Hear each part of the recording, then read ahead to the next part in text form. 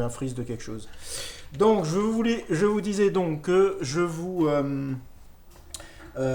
vais faire ce cours avec un organisme hypothétique qui mélangera à la fois des aspects d'un organisme karyotique et d'un organisme prokaryotique. Donc, tout organisme possède un ADN chromosomique. Sur cet ADN chromosomique, vous avez des gènes qui codent aussi bien envers ce que j'appelle des ARN codants, donc c'est-à-dire sont des gènes codants, donc ils vont coder pour des protéines. Et ici en rouge, j'ai mis un exemple de gène qui va être non codant, c'est-à-dire son ARN va être non codant dans le sens où le produit fonctionnel de ce gène, c'est un ARN. Il agit en tant qu'ARN. Alors vous verrez qu'au cours de ce cours, je vais souvent aborder le fait que la frontière je suis forcément, cette dichotomie entre un gène produit soit un ARN codant, soit un ARN non codant, elle commence à être floue. Et en fait, on parle de plus en plus maintenant d'ARN bifonctionnel, dans le sens où un ARN peut avoir un rôle à certains moments donnés en tant qu'ARN, c'est-à-dire c'est sa partie ARN qui agit.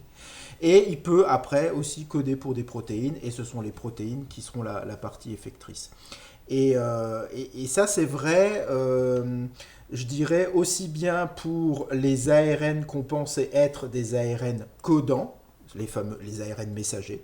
Les ARN messagers sont des ARN pour lesquels on trouvait des orphes.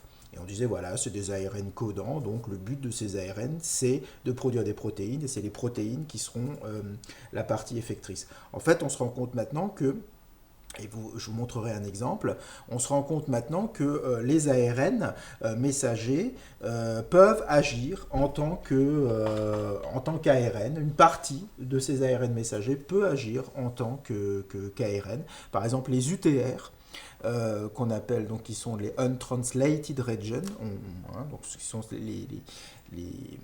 les parties qui sont avant et après l'ORF, peuvent participer à la régulation de l'expression des gènes. Et ça, vous allez voir, j'ai un ou deux exemples et c'est assez élégant. Vous avez aussi des grands représentants de la famille des ARN non codants, qu'on appelle les long non-coding RNA. Ce sont des ARN non codants qui sont très grands, 10, 15 kb, qui interviennent dans des mécanismes épigénétiques souvent. On les appelait, c'était des ARN qu'on disait non codants, donc qui agissaient en tant qu'ARN, et on s'est rendu compte en réévaluant un petit peu la recherche d'ORF. Je reviendrai dessus, hein, mais ce qu'on faisait souvent en bioinformatique, c'est on ne faisait des recherches d'ORF que pour des ORF qui codaient plus que 100 aminoacides. Pourquoi ?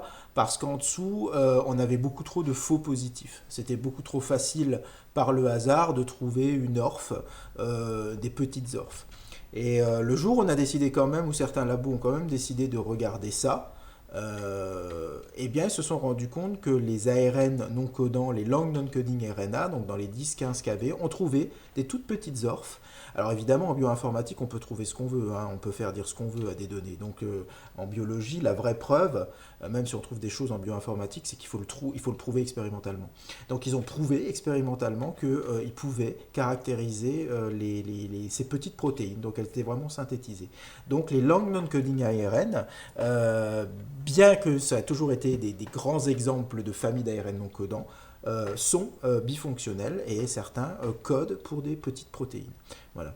Donc tout ça pour vous dire que dans ce schéma, et sans doute dans mes explications plus tard, je tomberai facilement dans cette dichotomie, c'est un ARN codant, c'est un ARN non codant, mais de plus en plus maintenant la limite entre les deux elle est floue. En tout cas pour ce schéma, j'ai fait cette distinction. Oui, bien sûr, tout à fait, Cédric. Est-ce qu'on peut quand même parler de gène si le produit n'est pas une protéine, ouais, tout à fait. Parce qu'en fait, alors la définition d'un gène, c'est quelque chose qui évolue beaucoup avec notre compréhension de la biologie moléculaire. Hein, la notion de gène, c'est vraiment quelque chose, c'est vraiment une notion qui évolue. parce que les paradigmes de la biologie moléculaire au niveau des génomes évoluent énormément. Donc, qu'est-ce que c'est une unité qui code pour quelque chose? Donc, on parle effectivement de gènes, ouais, sans problème. Parce que même si c'est un ARN, eh bien, il y a quand même une fonctionnalité derrière, c'est-à-dire ça produit une macromolécule qui a une fonction biologique. Tout à fait.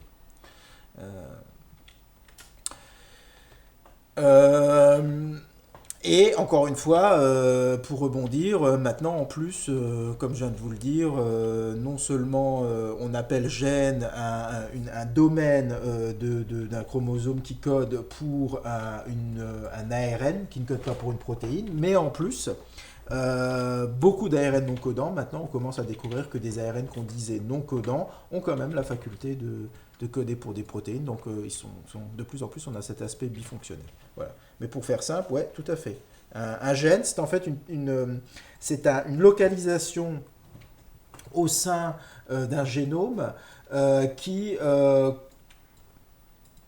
produit, si on le... Alors c'est difficile, je ne détiens pas la définition absolue, mais que si on disrupte ce gène, on a potentiellement quelque part un phénotype.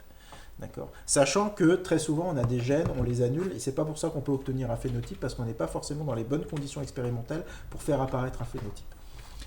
Tout ça, c'est des discussions qui peuvent être assez longues. Donc oui, c'est un gène, pour faire court. D'autant plus qu'aujourd'hui, comme on sait de plus en plus, ça c'est notre vision de la biologie moléculaire qui a évolué, hein. Avant, on a toujours su qu'il y avait des ARN non codants. Et ça, je vais vous l'expliquer, je vais le récapituler dans pas longtemps, mais on pensait que les ARN non codants qu'on isolait dans une cellule, c'était des reliquats d'un monde qu'on appelait le RNA world, c'est-à-dire d'un monde où l'ARN était très présent. Et maintenant, on a fait les organismes ont fait une espèce de switch où ils ont délégué énormément de leurs fonctions à la partie protéique, et il ne reste que quelques représentants du monde RNA world qui sont très impliqués dans la traduction. C'est les ribosomes, les SNO, les tRNA. Et aujourd'hui, on sait que pas du tout. Grâce à de nouvelles technologies de séquençage, les technologies NGS, New Generation Sequencing, on se rend compte que, ce qu'on pensait être le junk DNA, c'est en fait un des domaines du génome des organismes qui code énormément d'ARN, beaucoup d'ARN transitoires. C'est pour ça qu'on avait du mal à les isoler, à les caractériser, beaucoup d'ARN qui sont impliqués dans la régulation de l'expression des gènes, c'est-à-dire des ARN plutôt transitoires que infrastructuraux. Et aujourd'hui, c'est avec la découverte de toutes ces nouvelles catégories d'ARN non codants, codés donc par les génomes, que la notion de gène a aussi évolué. Mais si vous voulez, un gène a toujours donné un ARN non codant, on le sait depuis longtemps. Donc à la question que vous me posiez, est-ce que on appelle ça toujours un gène si ça donne un ARN qui ne donne pas une protéine? Ça a toujours été vrai. Puisque depuis le début, les ribosomes ne donnent pas des protéines, les SNO-RNA ne donnent pas des protéines, et on a toujours parlé de gènes de SNO-RNA et de gènes de ribosomes, vous voyez. Donc c'est toujours été vrai, la définition d'un gène a toujours été ça, que ça pouvait produire des ARN qui codent pour des protéines ou des ARN dits non codants, mais c'est encore plus vrai maintenant avec toutes ces catégories de nouveaux ARN non codants qu'on a trouvés. Alors, si je regarde donc cette logique, donc, ce petit schéma, donc pour chaque gène, vous avez donc les séquences de régulation, les séquences promotrices et terminatrices que je représentais ici en violet. Et la partie rouge ou verte ici, c'est ce qui va être transcrit. Donc la transcription va transformer ces domaines ADN en un équivalent ARN. Et le TSS, ça veut dire le Transcription Start Site. Donc c'est là que démarre la transcription. D'accord. La figure se complexifie un petit peu plus dans le sens où ces ADN chromosomiques, surtout chez les eucaryotes et les eucaryotes supérieurs, c'est pas de l'ADN nu, c'est un ADN qui est recouvert de complexes protéiques, notamment donc les histones avec les fameux nucléosomes. Et c'est très important parce que c'est un domaine, c'est un niveau qui permettra d'agir aussi sur la régulation de l'expression des gènes. C'est-à-dire que vous allez voir qu'au cours de ce cours, ce que je vais vous montrer, c'est qu'en gros, il y a deux très grandes catégories d'ARN non codants, enfin d'ARN. C'est des ARN infrastructuraux, c'est-à-dire qui font partie de l'infrastructure, comme les ARN ribosomiques, comme les tRNA, comme les SNO. Vous avez des ARN qui sont plutôt des ARN régulateurs, comme les micro-ARN, les ARN du système CRISPR, donc qui sont des ARN qui régulent l'expression des gènes. Ce qu'on va voir aussi, c'est que cette limite entre je suis soit un ARN infrastructural d'infrastructure, soit un ARN régulateur, il y a un lien aussi entre les deux. On peut être dans les deux. Par exemple, je vais vous donner un exemple très simple. L'ARNT, qui est un ARN infrastructural, dans le sens où il fait partie de l'infrastructure de la machinerie traductionnelle. Il est aminoacylé, il apporte l'aminoacide dans le ribosome. Eh bien, ces ARNT sont dégradés au bout d'un moment pour être recyclés. Et pendant longtemps, on ne s'intéressait pas trop aux produits de dégradation des ARN. Et maintenant, on sait que ces produits de dégradation ne sont pas simplement destinés à être recyclés et de la poubelle, mais ça fait des petits ARN qui ont, pour certains, qui deviennent des ARN qui peuvent réguler l'expression d'autres gènes. Et donc ça, ce sont des choses qu'on verra. Et donc la régulation de l'expression des gènes, c'est vraiment sur cet aspect-là que beaucoup de ces nouveaux ARN que l'on découvre interviennent. Et cette régulation, comme on le verra, peut se faire à plein de niveaux. Plus il y a de niveaux différents dans la synthèse d'un ARN, plus on peut agir à différents niveaux pour réguler l'expression de cette gène. Alors ça ne veut pas dire forcément pour la réguler, c'est-à-dire soit il ne s'exprime pas du tout, soit il s'exprime, mais pour la réguler très finement, pour doser l'expression d'un gène. On verra qu'il y a plein de niveaux pour agir, et un de ces niveaux, par exemple, c'est avant même que la transcription se fasse, dans l'accessibilité d'un gène. Et ça se joue au niveau justement de la compaction du génome. Et cette compaction du génome se fait notamment par ces complexes protéiques qui recouvrent et qui rendent le génome plus ou moins, les gènes sous-jacents qui sont enfouis dans cette couche, ça les rend plus ou moins accessibles à la machinerie transcriptionnelle. Donc donc il y a des mécanismes qui ont été mis en place dans lesquels interviennent des ARN non codants, et notamment des très grands ARN non codants, qui jouent sur la compaction afin de rendre plus ou moins accessibles certains gènes. Alors, si on suppose qu'un gène est rendu accessible par la machinerie transcriptionnelle, donc vous avez le mécanisme qui s'appelle la transcription. Donc là, vous avez un ARN, et c'est fait par donc une machinerie qui est un mélange, c'est fait par des ribonucléoprotéines. Donc vous allez voir qu'il y a tout un phénomène cyclique dans le sens où ce qui est synthétisé par ce mécanisme-là, à savoir des protéines et des ARN, ça aboutit à la formation de complexes qui, en retour, sont nécessaires à la mise en place de ce mécanisme de transcription et éventuellement aussi de traduction plus tard.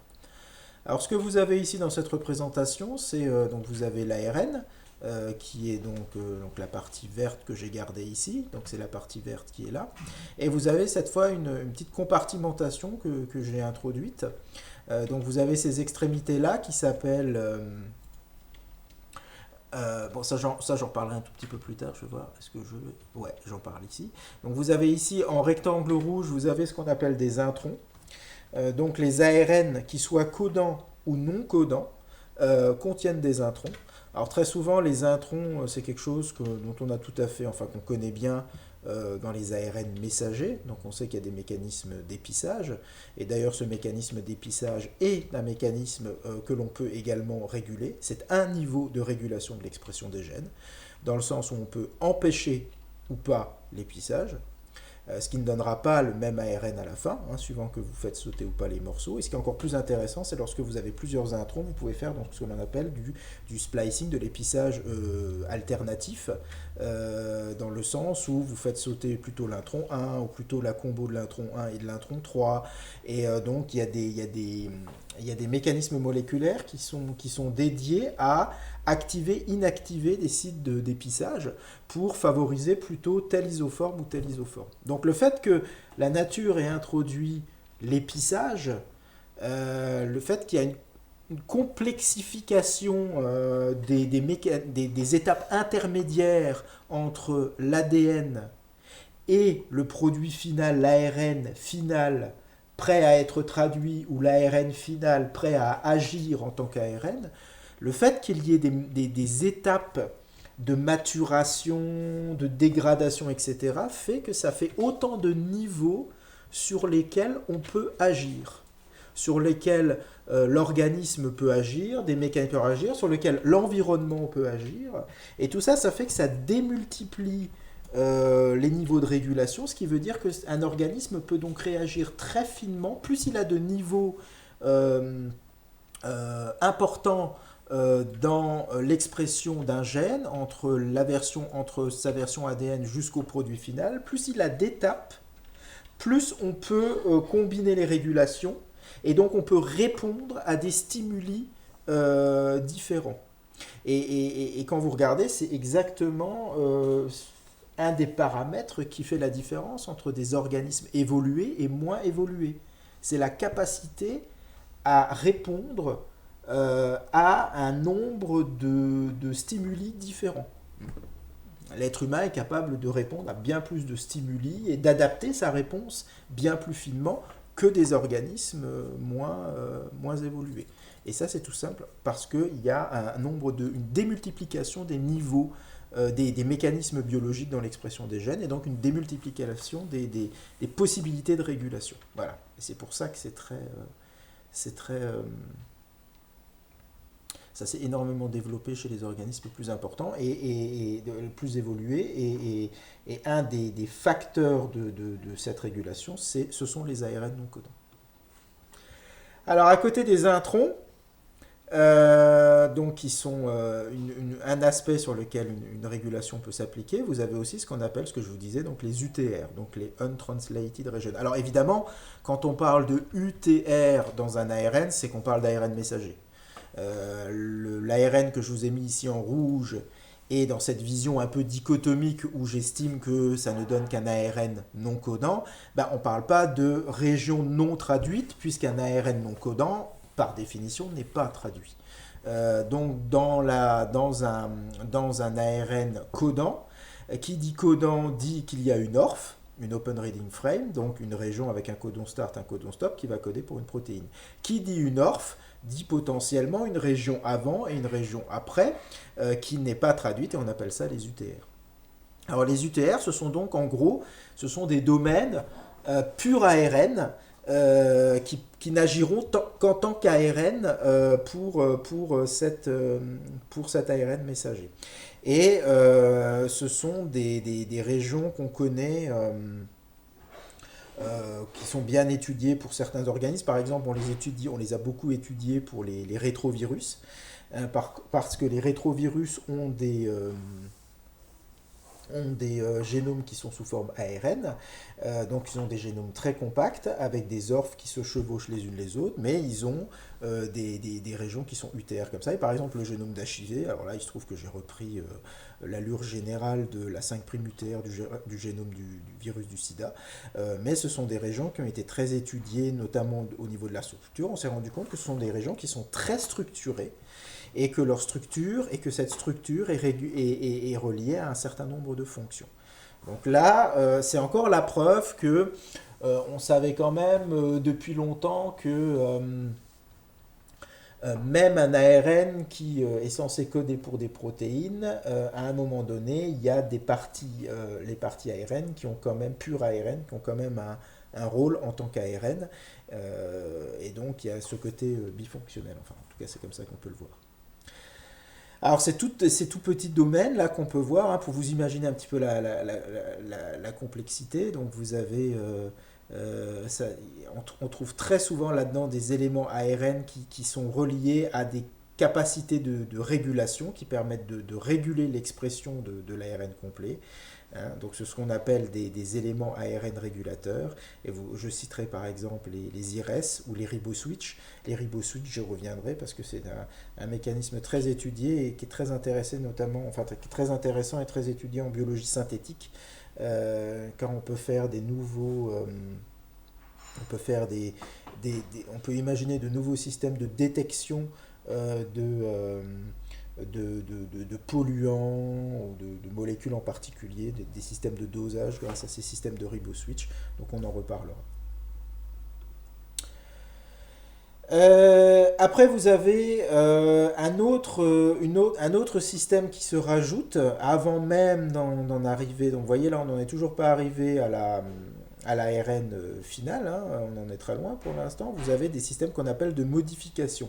C'est-à-dire que l'on peut modifier on peut modifier la séquence de l'ARN, on peut modifier les ribonucléotides. Alors, ce sont des modifications chimiques. Alors, c'est des modifications qui sont par exemple très connues depuis longtemps dans des ARN tels que les SNO-RNA ou les ARN ribosomiques, ou les ARNT. Et par exemple, dans les ARNT, donc ce sont des méthylations, des diméthylations, etc., etc. Et le fait de rajouter des composants, des groupements chimiques sur certaines positions, c'est très important. C'est ce qu'on appelle les systèmes déterminants, antidéterminants dans les ARNT. Donc c'est extrêmement important pour la reconnaissance et pour le mécanisme biologique. Et encore une fois, le fait qu'il y ait ce système de modification qui est nécessaire, et qu'il y ait des enzymes qui soient impliqués forcément dans l'établissement de ces modifications, eh bien, ça veut dire qu'on peut réguler cette étape. On peut réguler cette étape notamment en régulant l'expression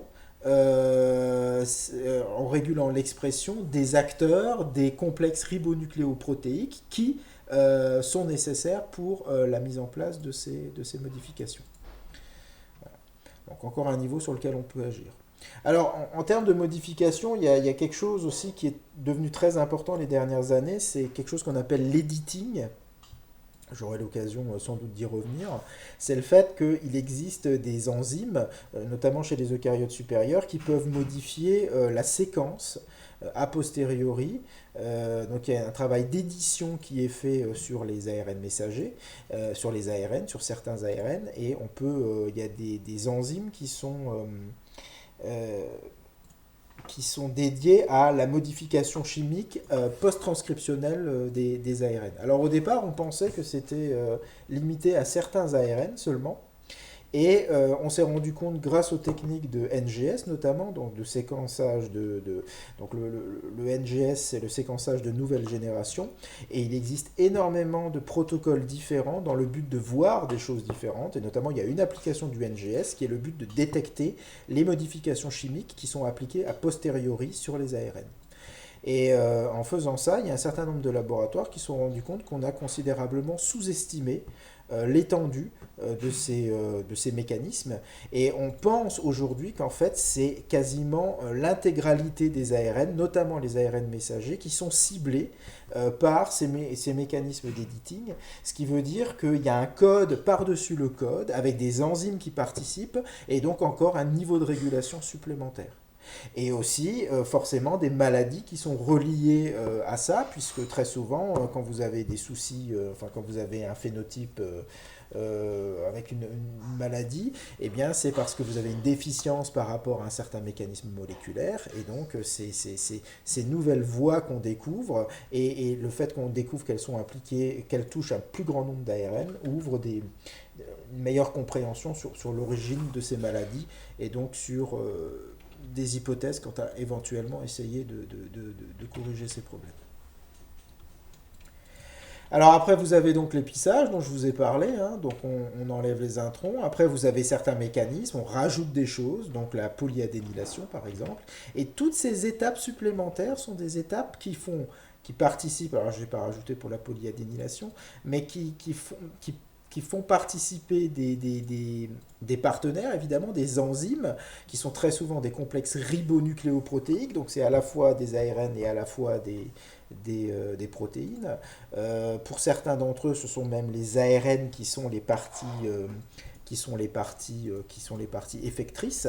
On sait aujourd'hui que les ARN portent une information génétique, mais peuvent avoir également une activité catalytique. C'est pour ça qu'on appelle ça des ribosymes. Et c'est notamment un des très forts arguments pour dire que les premières molécules à être apparues dans l'évolution, c'est les ARN, puisqu'ils pouvaient à la fois porter une information et assurer une catalyse, jouer un rôle d'enzyme, catalyser des réactions, au lieu que pour les deux autres polymères, l'ADN porte l'information, les protéines, elles, sont la partie effectrice. Donc l'ARN peut jouer les deux rôles.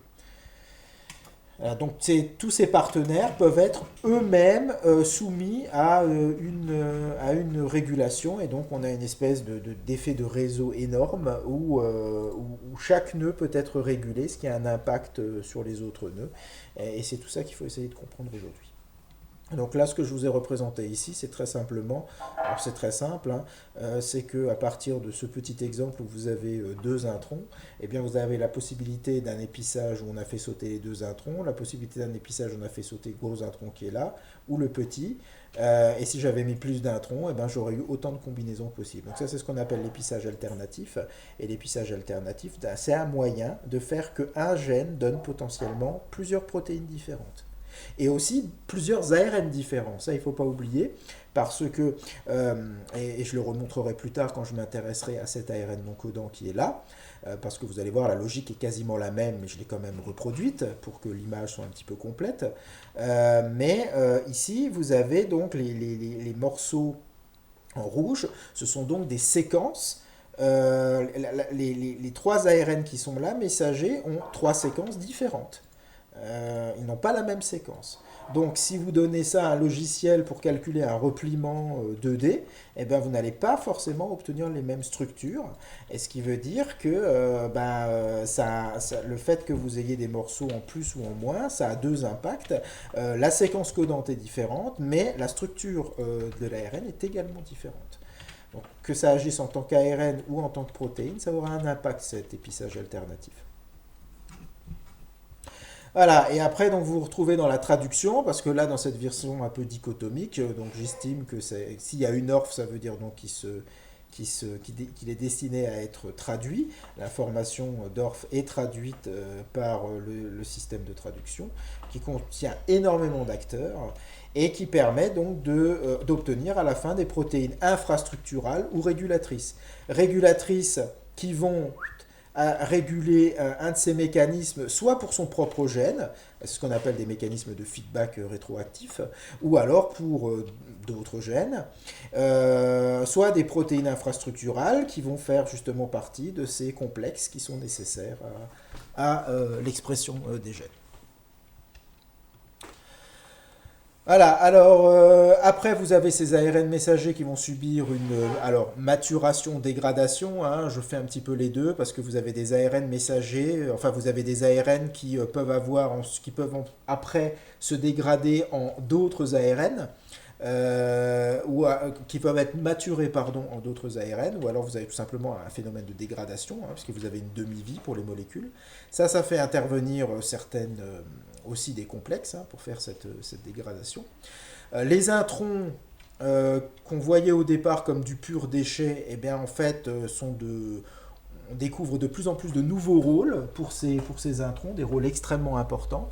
Ces introns subissent aussi des dégradations, et tout ça a donné un petit peu naissance à tous ces petits ARN qui sont devenus extrêmement importants, très étudiés, pour lesquels on découvre régulièrement des nouvelles classes qu'on appelle des siRNA, miRNA, piwiRNA, des CRISPR-RNA. Donc ce sont des petits ARN qui, donc les produits de la dégradation et de la maturation de cet ARN-là, vont reconnaître d'autres cibles, vont peut-être agir sur le propre ARN prémessager ou messager qui leur a donné naissance par des phénomènes de feedback rétroactif, ou vont agir sur d'autres gènes à d'autres niveaux. Voilà.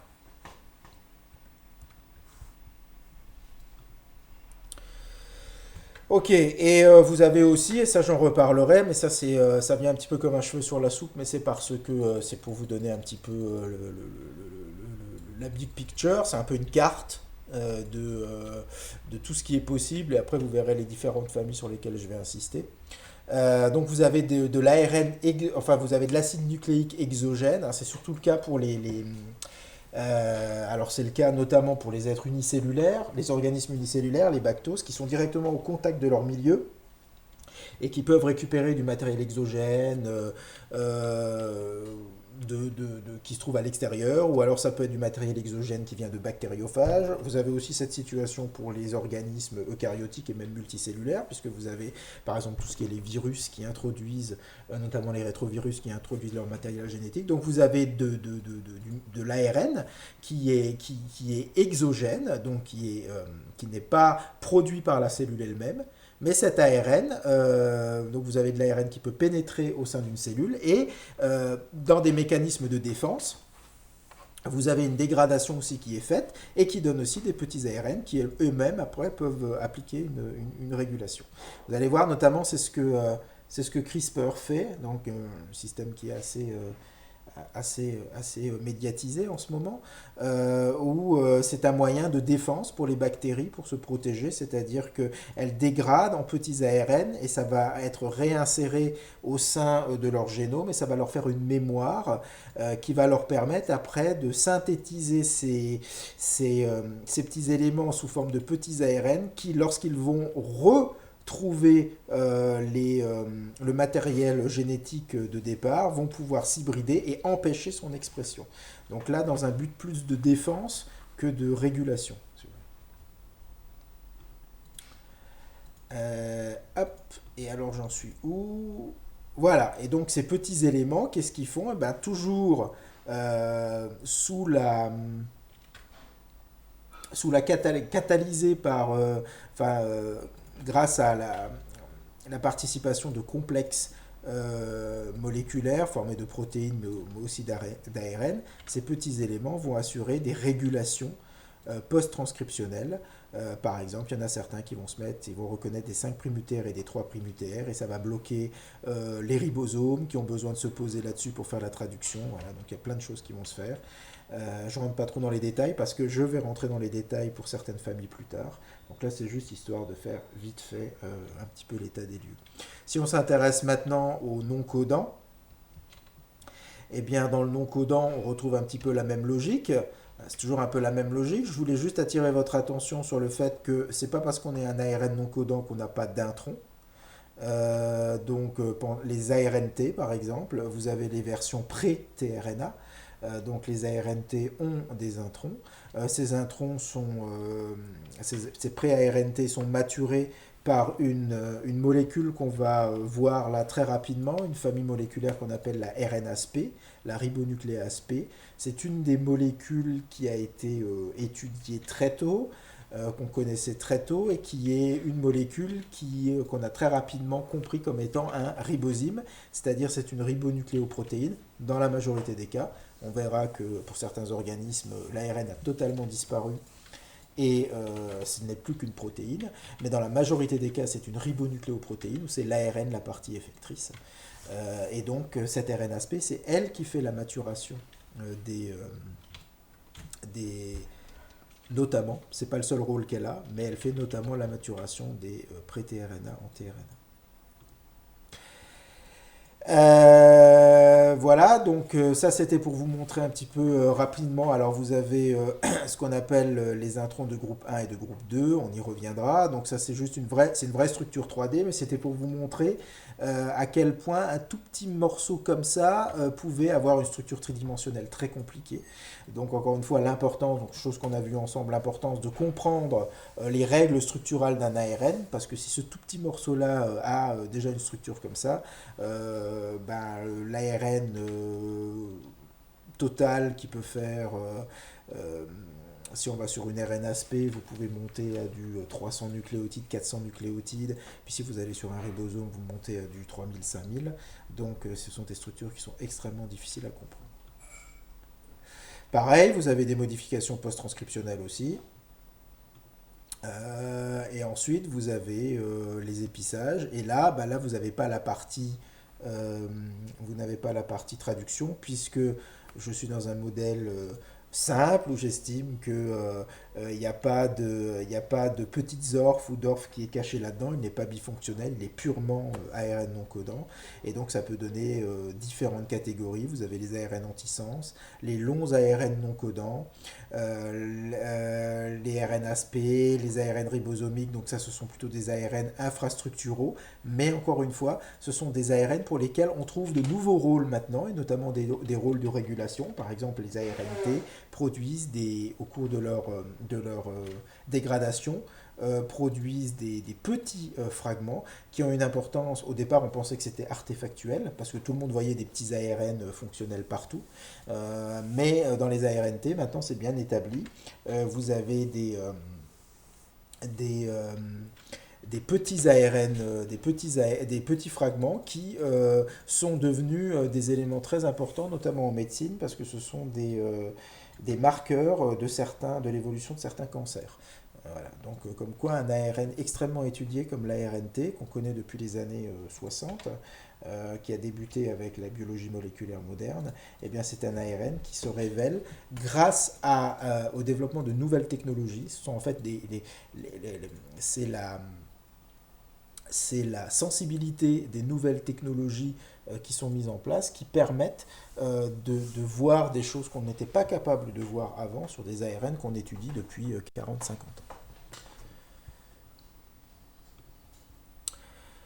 Voilà, et ces ARN, certains d'entre eux, alors dans la majorité des cas, hein, c'est pas en général, on trouve toujours les ARN agissent toujours malgré tout avec des protéines, donc on les trouve très souvent sous forme de ce qu'on appelle complexe RNP, c'est-à-dire des ribonucléoprotéines. Donc par exemple les ARN ribosomiques s'associent à des protéines ribosomiques pour les ribosomes. L'ARN-ASP dans la majorité des cas, possède l'ARN de l'ARN-ASP, qui est la partie effectrice, s'associe quand même à des protéines et n'est fonctionnel que grâce à ces protéines, etc., etc. Voilà, et vous en avez certains donc, qui reviennent, une fois qu'ils sont synthétisés, ils reviennent et ils agissent au niveau. Alors par exemple, les longs ARN non codants font de la régulation épigénétique pré-transcriptionnelle, donc c'est notamment eux qui agissent sur l'accessibilité ou l'inaccessibilité des gènes au sein de la chromatine et qui permettent donc de réguler, de rendre par exemple totalement un chromosome inactif. C'est le cas par exemple, vous savez, quand vous avez deux chromosomes X chez les femelles, eh bien vous en avez un des deux qui est inactivé grâce à ces phénomènes notamment de régulation. Ce sont des grands ARN non codants qui sont impliqués là-dedans. De la même façon, l'épissage produit des introns, et ces introns, exactement de la même façon. Alors là, j'ai voulu vous montrer autre chose. Donc les introns sont dégradés, je crois que je le montre là. Ils peuvent donner donc des petits ARN, mais quelque chose que je voulais vous montrer aussi, et j'en reparlerai, c'est que ces introns, et un certain nombre d'ARN ont été également, il y a eu une réinsertion qui s'est faite dans le génome, et ces réinsertions dans le génome, c'est ce qui a contribué notamment à l'augmentation de la taille des génomes, l'augmentation de la complexité des génomes et la mise en place de nouvelles potentialités. Donc c'était un moteur de l'évolution aussi. Voilà, donc là je vous montre un petit peu comment peuvent évoluer, comment la complexité des structures 3D d'ARN, donc c'est à l'échelle. Donc vous avez les micro-ARN, qui sont des tout petits ARN dont on reparleront, qui sont impliqués dans la régulation de l'expression des gènes. Vous avez les riboswitches. Les riboswitches sont un peu plus gros. Ce ne sont pas ce qu'on appelle des gènes. Là, justement, par rapport à la question qu'on m'avait posée, un riboswitch n'est pas un gène. Il fait partie d'un gène. C'est-à-dire, en fait, ce n'est pas un gène d'ARN non codant, c'est un élément ARN non codant. C'est-à-dire que les riboswitches, très souvent, les riboswitches sont un domaine d'un ARN messager, donc d'un ARN qui code pour une protéine, et ce riboswitch va réguler l'expression du gène de cet ORF. C'est-à-dire il va rendre possible ou pas l'expression de la protéine à laquelle il est associé. Donc c'est un élément qui agit en cis et non pas en trans. J'ai fait des diapos par rapport à ça. Il y a on peut classer les ARN non codants de différentes manières, la taille, les organismes, et notamment il y a le mode d'action. Donc vous avez un élément tel que le riboswitch, il agit en cis sur son propre ARN sur lequel il est. Un micro-ARN, par exemple, va très souvent agir en trans, c'est-à-dire il va être un ARN synthétise un ARN qui est dégradé, maturé, produit des micro-ARN, et ces micro-ARN vont ensuite agir sur un autre ARN. Voilà, donc l'action en trans. Les ARNT, donc vous voyez vraiment le cas d'école, on l'a vu ensemble l'année dernière, pour pas mal d'entre vous en SPA. Après, vous avez les IRES, qui sont des éléments régulateurs qu'on trouve notamment au niveau... Ouais. Hop là. Ouais, alors Clem, vous verrez en fait de quoi je parle en ce qui concerne les introns qui s'insèrent dans le génome, vous allez voir. Non, je parle pas. Alors, je parle pas de transposons. C'est-à-dire que vous allez voir qu'à un moment donné, je vais parler d'introns auto-épissables.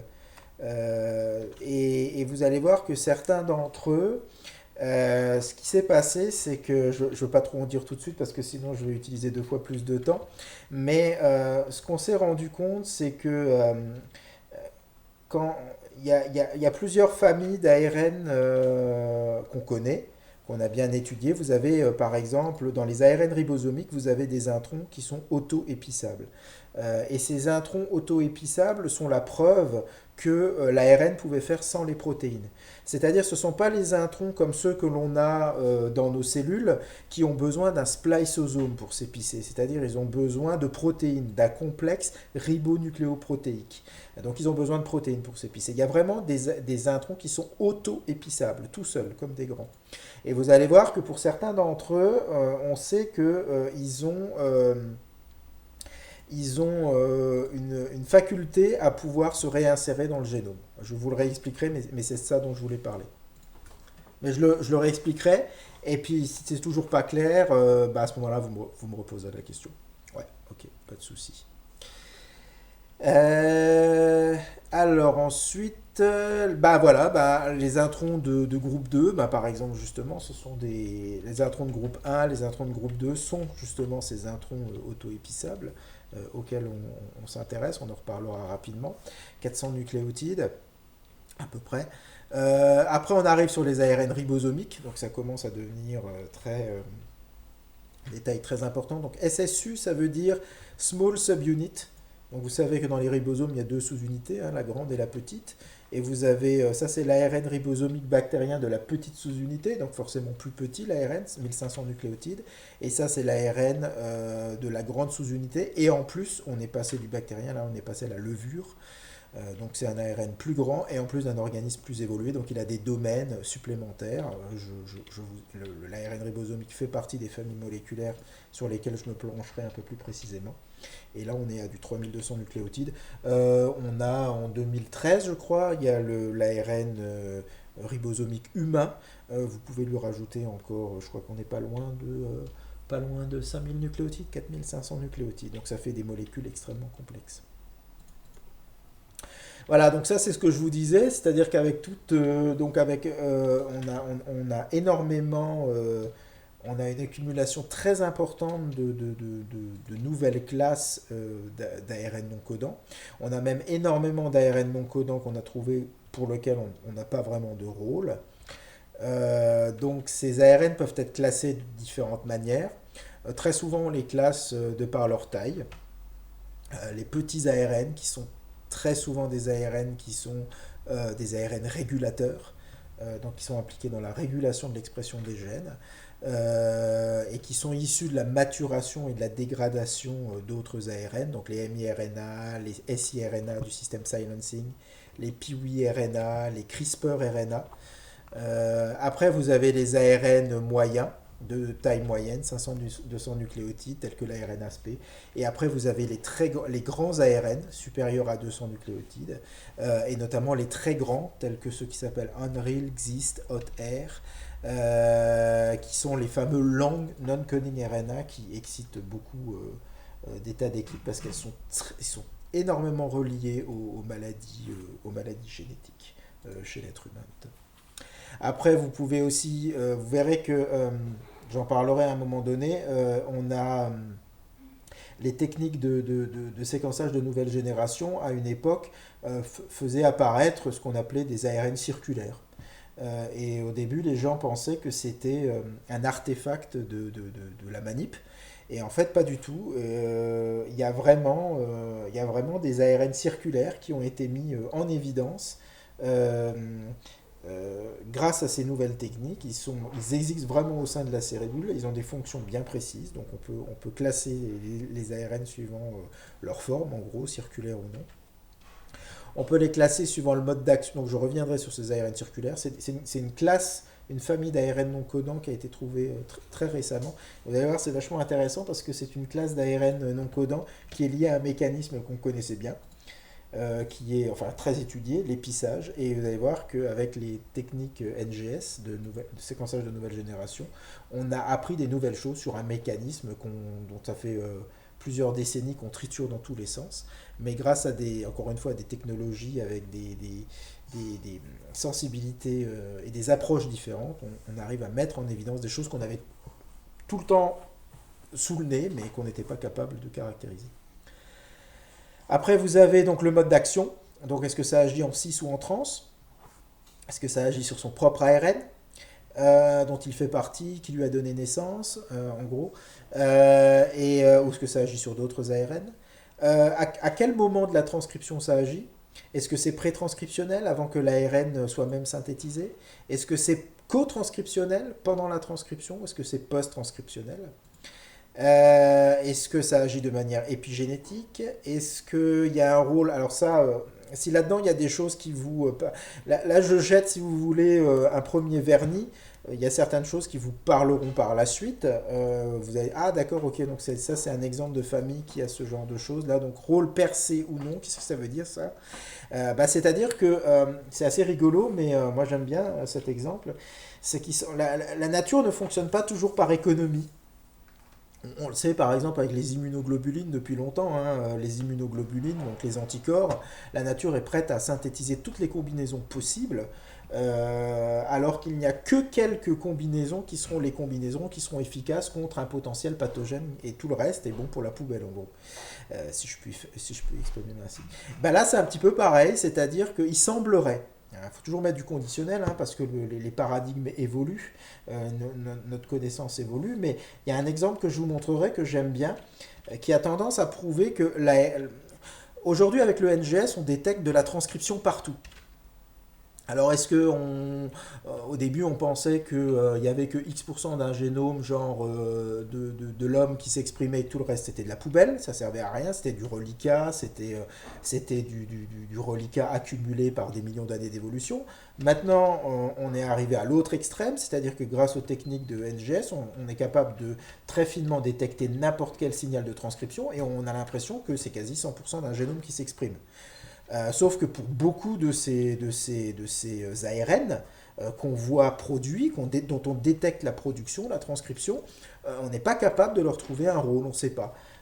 Si on disrupte les endroits du génome qui sont censés s'exprimer, si on empêche l'expression à cet endroit-là, donc l'organisme n'est plus capable d'exprimer cet ARN, enfin il n'est plus capable, cette zone peut plus transcrire, il n'y a pas l'air d'y avoir de phénotype. Alors, c'est pas la preuve que ça n'a pas de rôle, hein, parce que ça peut tout simplement être un ARN qui est produit et qui ne joue un rôle que dans des conditions qu'on n'arrive pas à reproduire ou on ne connaît pas les conditions expérimentales dans lesquelles le rôle de cet ARN s'exprimerait et à ce moment-là révélerait un phénotype si cet ARN est absent. Mais il y a quand même, est-ce que ça veut dire que pour tous les ARN qu'on détecte, il y a forcément un rôle, un vrai rôle fonctionnel? Non, enfin, je veux dire, il a vraiment un rôle en tant qu'ARN. Il va rencontrer des partenaires, il va agir à un endroit précis, etc. etc. Il semblerait qu'il y ait des ARN, et il y aura un exemple comme ça, où le but de cet ARN, c'est simplement de faire en sorte que le complexe transcriptionnel occupe cet endroit sur le chromosome. Donc un effet mécanique, c'est-à-dire qu'il va bloquer, en étant présent, en synthétisant cet ARN, ça va empêcher la transcription d'un autre gène qui était sur l'autre brin en face et qui ne pourra pas s'exprimer parce qu'il est bloqué physiquement par la présence de la machinerie transcriptionnelle qui synthétise un ARN et qui n'a peut-être pas de rôle, si ce n'est juste d'être produit pour occuper la place. Voilà. Donc c'est ça que j'appelle un rôle percé ou non. Après, vous verrez ce que je veux dire aussi par le mode d'action à proximité ou à distance. Qu'est-ce que je veux dire par là? Eh ben, vous avez certains ARN qui ont des rôles très locaux. C'est-à-dire, ils agissent vraiment sur la région chromosomique sur laquelle ils sont. Il y en a d'autres qui agissent sur d'autres régions chromosomiques. Alors, cette notion de à proximité, à distance, je la comprends vraiment en tant que linéarité du génome, c'est-à-dire c'est des ARN qui agissent vraiment et peuvent agir vraiment sur les zones à côté desquelles ils sont. Euh, sur les gènes directement en 5' ou en 30'. Parce que la notion de à distance, aujourd'hui, on sait que les génomes, ils ont un repliement en 3D. Et ça, j'en reparlerai aussi. On a encore une fois des nouvelles techniques qui nous permettent de déduire la structure 3D d'un chromosome. C'est-à-dire que des régions chromosomiques qui sont éloignées, si on voit les chromosomes comme des entités linéaires, ou qui sont éloignés parce que ce sont deux loci qui sont sur deux chromosomes différents, en fait, ne sont pas si éloignés que ça dans l'espace, parce que les chromosomes se réorganisent constamment dans l'espace, sous l'impulsion de stimuli.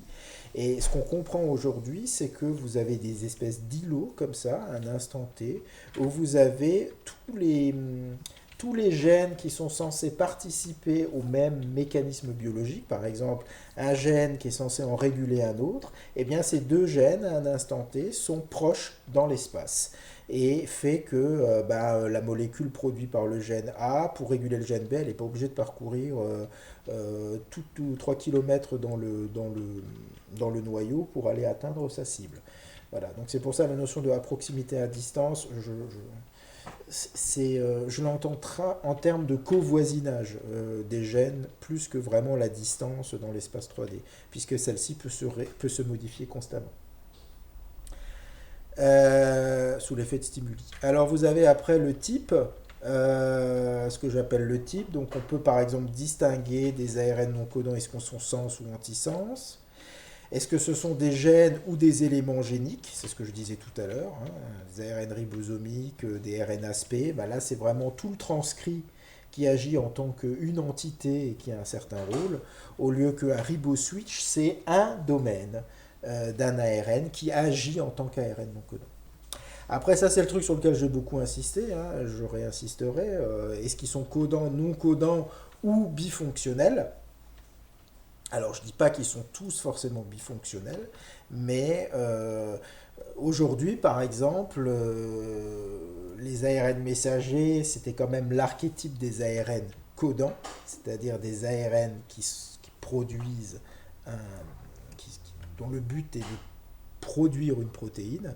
Ah, ça coupe beaucoup. Ouais. Ah, je regarde juste mes configs réseau. J'ai pas l'impression qu'il y a grand chose qui a changé, mais ouais, ça doit être très ponctuel. Ça doit être un effet de lag sur mon réseau, je sais pas. Est-ce que c'est toujours le cas? Ouais, ça lag toujours beaucoup. Recommencer les types? Ouais, je recommence les types. Alors, donc les types, je disais sens ou antisens. On en reparlera, hein, c'est-à-dire qu'un ARN peut être antisens d'un autre ARN, et c'est une manière de le réguler, c'est-à-dire en étant complémentaire d'un autre ARN, eh bien, il vient s'apparier, et ça fait qu'en s'appariant, eh ben, il peut provoquer une certaine structure qui va empêcher le rôle de l'ARN qu'il a ciblé. Les micro-ARN agissent énormément sous forme d'antisens, c'est-à-dire ils sont complémentaires d'une toute petite région, et en s'appariant, ils vont déclencher un mécanisme. Très souvent, ça va lancer la dégradation de l'ARN contre lequel ils se sont hybridés. Et s'il est dégradé, ben, du coup, il ne peut plus être exprimé. Voilà. Donc, sens ou antisens. Mais tous les ARN non codants n'ont pas besoin d'être antisens pour agir. Il y en a qui agissent de manière. C'est-à-dire, ils ne sont pas antisens d'une cible. C'est ça que je veux dire. C'est pour ça que j'entends par sens. Après, ça, c'est ce que je disais, c'est-à-dire un ARN non codant peut être un gène complet. De 5' jusqu'au 3', c'est un ARN qui se replie et qui fait une certaine structure, qui est caractéristique d'un ARN ribosomique et il agira en tant qu'ARN ribosomique, qui est caractéristique d'une RNAsP et il agira en tant que tel. Ou alors, ça peut être un élément, ça peut être un domaine au sein d'un ARN. Et c'est ce domaine qui agit en tant qu'ARN non codant. C'est-à-dire le riboswitch, typiquement.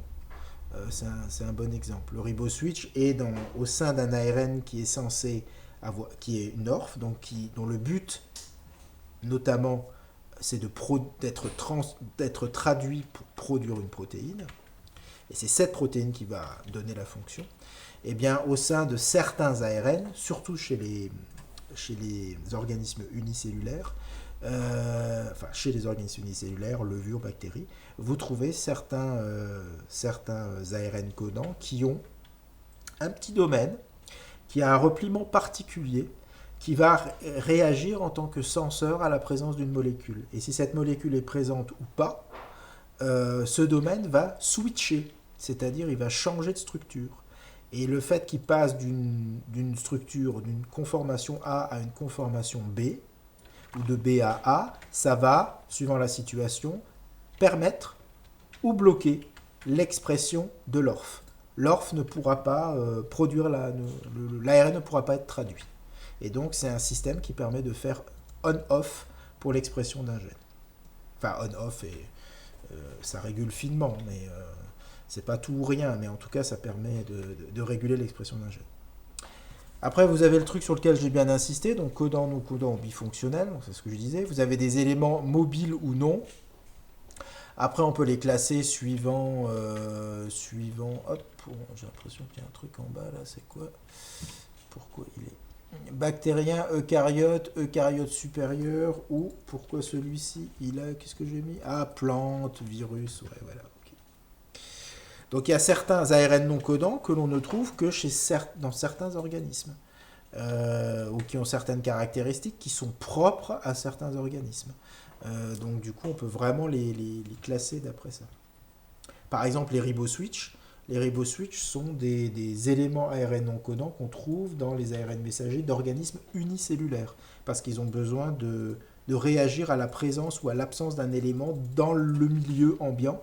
Et les organismes unicellulaires, ils sont directement au contact du milieu ambiant. Donc ils ont besoin de réagir très rapidement à la présence ou à l'absence d'un élément. On peut les classer suivant leur origine et leur localisation. Est-ce qu'ils sont dérivés d'un précurseur double brin, tel que les miRNA et cRNA, simple brin ou sans précurseur?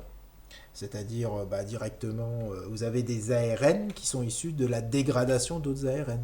C'est nécessaire. Un miRNA fonctionnel n'est pas synthétisé comme ça. C'est issu de la dégradation des pré-pris miRNA. Donc il y a vraiment une étape nécessaire de maturation, dégradation pour obtenir la molécule fonctionnelle. Dans d'autres cas, c'est pas le cas. Voilà. Pour beaucoup d'ARN, c'est pas le cas. Il n'y a pas cet effet dégradation. Vous pouvez voir s'ils sont intra ou intergéniques. Donc vous avez des ARN qui sont les intragéniques, voilà, les introns par exemple.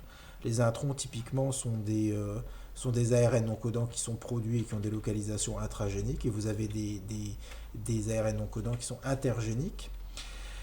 Alors la structure, on a tendance à dire qu'il est possible qu'un ARN agisse de manière non structurée. En fait, c'est assez rare et même les ARN qu'on disait non structurés, on se rend compte maintenant que il y a une structure derrière. À un moment donné, dans le cycle de vie de l'ARN, il y a toujours une structure, cette structure permettant notamment, suivant la structure, ça met en place des sites de reconnaissance pour telle ou telle molécule et ça participe à la régulation.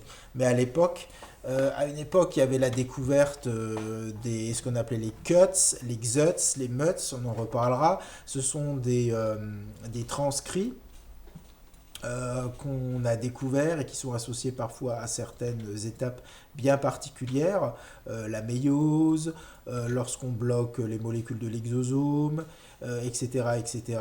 Et on disait que ces ARN étaient non structurés. C'est comme les mRNA, on disait qu'ils étaient peu structurés, et et c'était pour les différencier des très structurés, ceux qui ont vraiment les structures les plus complexes, tels que les ARN ribosomiques ou l'ARN de la télomérase. C'est des choses que l'on revoit maintenant un petit peu. Par exemple, les ARN messagers auraient des structures qui seraient quand même assez complexes.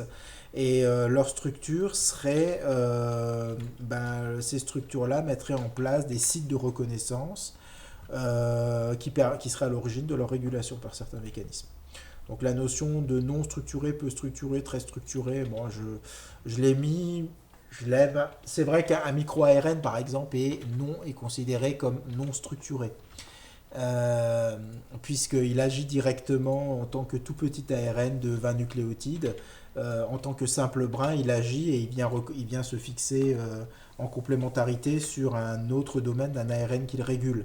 Mais ce micro-ARN a été produit à partir d'un précurseur qui, lui, était structuré. Et on sait par exemple que les ARN qui sont précurseurs pour donner des micro-ARN, où il y a des clusters de micro-ARN, c'est-à-dire les micro-ARN sont libérés par la maturation-dégradation d'un plus gros ARN, eh bien, cette maturation-dégradation ne peut se faire correctement que parce que derrière, il faut que l'ARN précurseur ait une certaine structure. Parce que s'il n'a pas cette structure, il n'est pas bien reconnu par les complexes qui vont assurer sa dégradation-maturation. Donc vous voyez, la structure, si elle n'est pas forcément présente sur le produit final, comme par exemple ça peut être le cas pour des tout petits ARN, eh bien elle a quand même un impact très important sur la genèse, la création, la mise en place, la synthèse de ces éléments, parce que c'est le précurseur qui a besoin d'être structuré. Donc la notion de structure est quand même non structuré, peu structuré, bon, ça évolue beaucoup tout ça. Surtout que vous avez maintenant des techniques encore une fois, de NGS qui s'appliquent à la détection à haut débit des structures. C'est ce qu'on appelle maintenant le structurome. Et on se rend compte, on arrive à obtenir à prédire qu'à certains niveaux, en tout cas la structure secondaire, on essaye d'obtenir la structure secondaire à l'instant T de tous les ARN qui sont présents au sein d'une cellule et de voir comment ces structures évoluent. Les structures pour un ARN, sont un moyen de réguler l'accessibilité et l'inaccessibilité de certaines régions d'un ARN.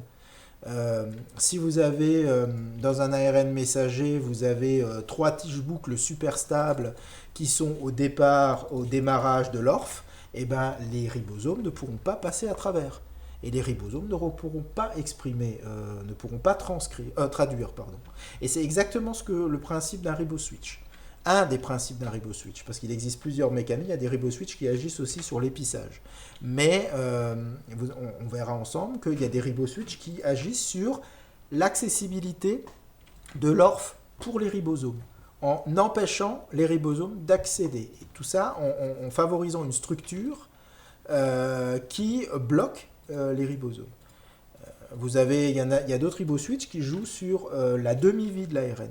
C'est-à-dire que justement, lorsque vous avez en 3' d'un ARN messager, vous pouvez avoir des tiges boucles qui vont ralentir le grignotage fait par les nucléases. Une espèce de Pac-Man qu'on représente parfois, il prend à l'extrémité 3', et il grignote son ARN.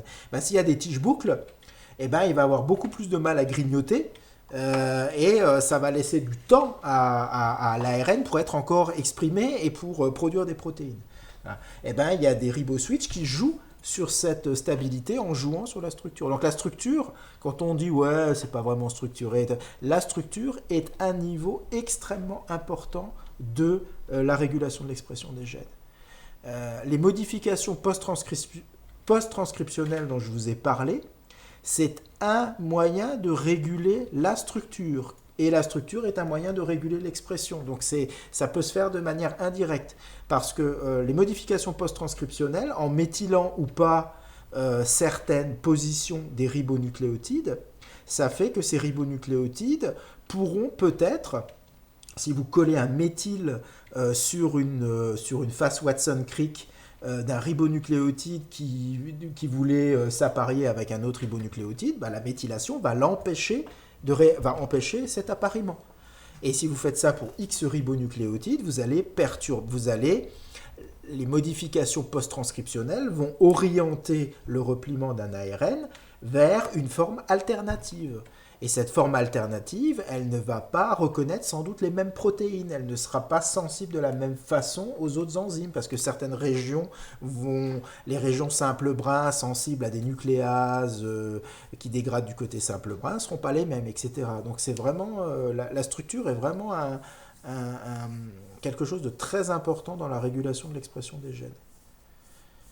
Que ce soit pour on-off ou simplement pour produire quelque chose de différent. Après, vous avez la durée de vie aussi. Donc, vous avez beaucoup d'ARN non codants qui sont constitutifs infrastructuraux. Alors, sans surprise, les constitutifs infrastructuraux, c'est ceux qu'on connaît.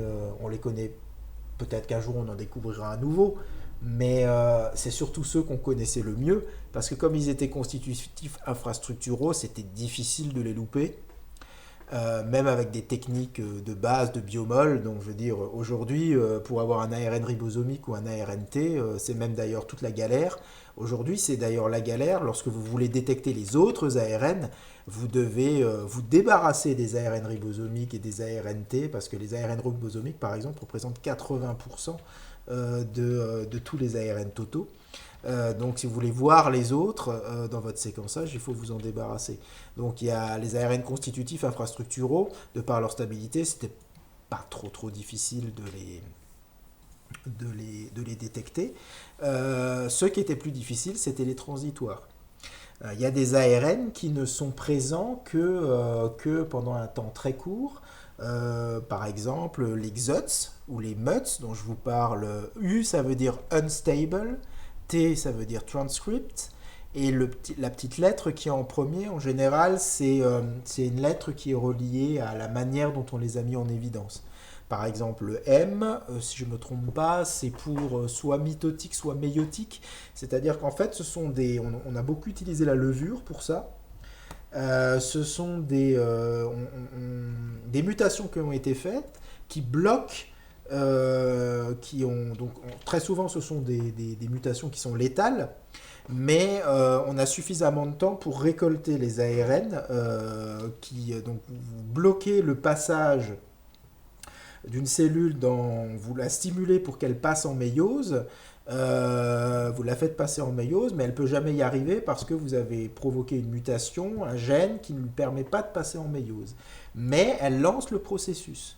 Donc il y a une accumulation d'ARN qu'on ne connaissait pas avant, des ARN qui sont importants et qui sont transitoires dans le passage vers la méiose. Et donc on a un enrichissement de ces cellules dans ces ARN, c'est létal pour la cellule, mais après c'est pas grave, puisque de toute façon tout ce qui nous intéresse c'est de récupérer les ARN pour les séquencer.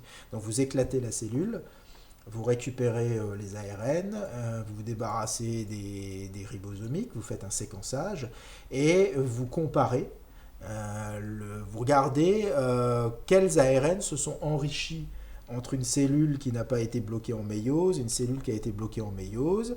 Vous regardez les ARN, vous regardez où ils se situent sur le génome par un alignement, et puis vous dites, ah bah tiens, voilà, là, il y a une zone du génome qui produit des ARN, et on ne savait pas à l'époque qu'il y avait un gène, parce qu'on a enrichi artificiellement en ARN transitoire. Voilà.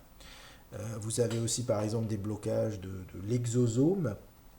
Vous avez des mutants de l'exosome, ce qui est le cas d'Exots, qui ont permis de mettre en évidence Vous allez voir la technique de... Il y a une expérience que je vais vous montrer qui est assez élégante, enfin, qui est dans le même ordre d'esprit, dans le même état d'esprit, c'est-à-dire la RNAsP. On lui a découvert des nouveaux rôles récemment à la RNAsP parce qu'on a la RNAsP, c'est un composant qui est, si vous le mutez, c'est létal pour la cellule. Mais ce qui est intéressant, c'est qu'il y a des gens qui se sont amusés à le muter de manière inductible, vous verrez, c'est-à-dire ils ont laissé la cellule pousser, ils ont induit, ils ont bloqué de manière inductible l'expression d'un des composants de la RNAsP, donc la RNAsP ne pouvait plus marcher. Ce qui fait que c'était létal pour la cellule, mais durant les quelques heures où ils ont lancé le blocage, l'inactivation de la RNAsP, ils ont récolté les ARN. Et ils se sont amusés à regarder quels étaient les ARN qui semblaient être plus grands quand la RNAsP ne fonctionnait plus, alors qu'ils étaient plus courts, donc maturés, c'est-à-dire que la RNAsP, l'hypothèse était que c'était la RNAsP qui les maturait, qui leur enlevait un petit bout. Ils ont comparé, et leur hypothèse de départ, c'était de dire, si en bloquant la RNAsP, on voit des ARN qui ont l'air de plus grande taille, c'est que la RNAsP n'a pas pu les maturer, ça veut donc dire que ces ARN étaient des cibles de la RNAsP pour la maturation. Et ils ont découvert des tas d'ARN, de classes d'ARN, autres que ceux qu'on connaissait depuis longtemps, qui sont des cibles de la RNAsP, y compris des ARN qui sont impliqués dans des phénomènes de cancer, ce qui est particulièrement intéressant. Et donc là, je vous parle d'une molécule, la RNAsP, d'une famille qu'on étudie depuis très longtemps, et grâce aux nouvelles techniques et à l'ingéniosité de certaines approches expérimentales, on leur découvre de tout nouveaux rôles. Voilà, alors là, les rôles, alors ça c'est très bateau, on peut les classer en rôles connus ou inconnus, alors ça peut faire un petit peu rigoler de voir ça, mais en fait c'est juste pour souligner quelque chose qui est très important, c'est qu'avec toutes ces approches de séquençage, on accumule un nombre de classes d'ARN extrêmement important dont on ne sait absolument rien. Et on ne peut pas juste dire, je disrupte le locus et je regarde le phénotype. Malheureusement, il y a beaucoup de ce qu'on appelle de knockout. Donc vous savez sans doute que knockout, ça veut dire quand vous disruptez un gène. Il y a beaucoup de knockouts qui n'ont pas de phénotype. Et ça ne veut pas dire pour autant que ce gène n'a pas de fonction. Ça veut tout simplement dire, il y a deux hypothèses possibles. La première, c'est que vous ne mettez pas la cellule dans une condition qui permet de rendre un phénotype mutant détectable. Elle peut s'en sortir malgré tout. L'autre hypothèse, c'est la robustesse des réseaux biologiques, et en fait les deux sont reliés d'ailleurs. C'est-à-dire que si un gène saute, étant donné que très souvent tout est connecté, la cellule se débrouille en passant par une autre voie.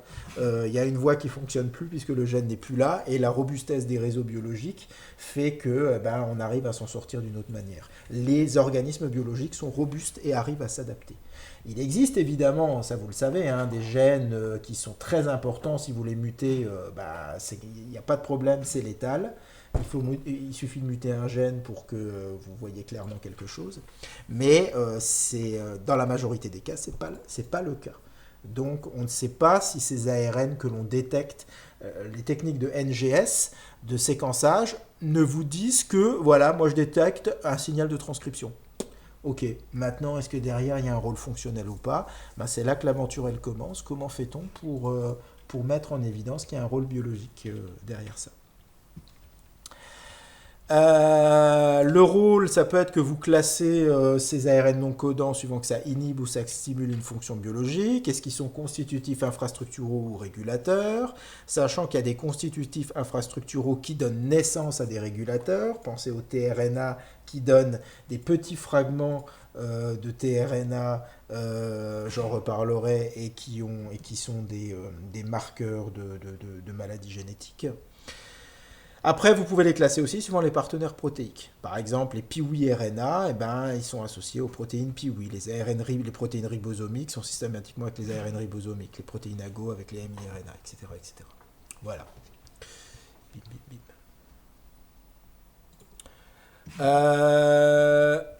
Ok, alors, quelle heure il est? 17h43. Ouais, j'ai pris un petit peu de retard, mais du coup, j'ai quand même... Bon, j'y suis allé un petit peu vite. Et encore, même pas trop, parce que je voulais quand même, ce cours était dédié à cette vue générale. Maintenant, ce que je veux faire avec vous, alors la semaine prochaine, on a l'examen, hein, je vous rappelle, et je vais lancer avec vous un Moodle, non pas un Moodle, pardon, un Studs, où je vais vous demander un créneau, donc qui ne sera pas dans le créneau habituel, hein, c'est ça l'intérêt, pour rattraper, parce que je me suis fait piquer quelques heures de cours là. Je voudrais juste, je vais pas, juste besoin d'un créneau de 2 heures, histoire de rattraper un petit peu le retard que j'avais. Et donc à partir de maintenant, ce qu'on va faire, c'est qu'on va démarrer. Je vais vous montrer. Ça va être la première partie va être un peu historique, mais historique pas trop gnangnan. C'est-à-dire que je vais un petit peu vous expliquer les grandes familles moléculaires qu'on a étudiées, qui nous ont fait comprendre que les ARN pouvaient être des ribosymes, que les ARN, ce que vaut l'hypothèse du RNA World. Donc ce seront les introns auto-épissables, ce seront l'ARN-ASP, ce seront les ribosomes. Et puis après, dans une deuxième partie, plus tard, j'en arriverai à décrire les nouvelles classes d'ARN et qui sont qu'on a découvert notamment avec les nouvelles technologies de séquençage et en quoi ça a modifié un certain nombre de paradigmes. Voilà. Est-ce que c'est bon? Ça va? Le son n'était pas trop mauvais?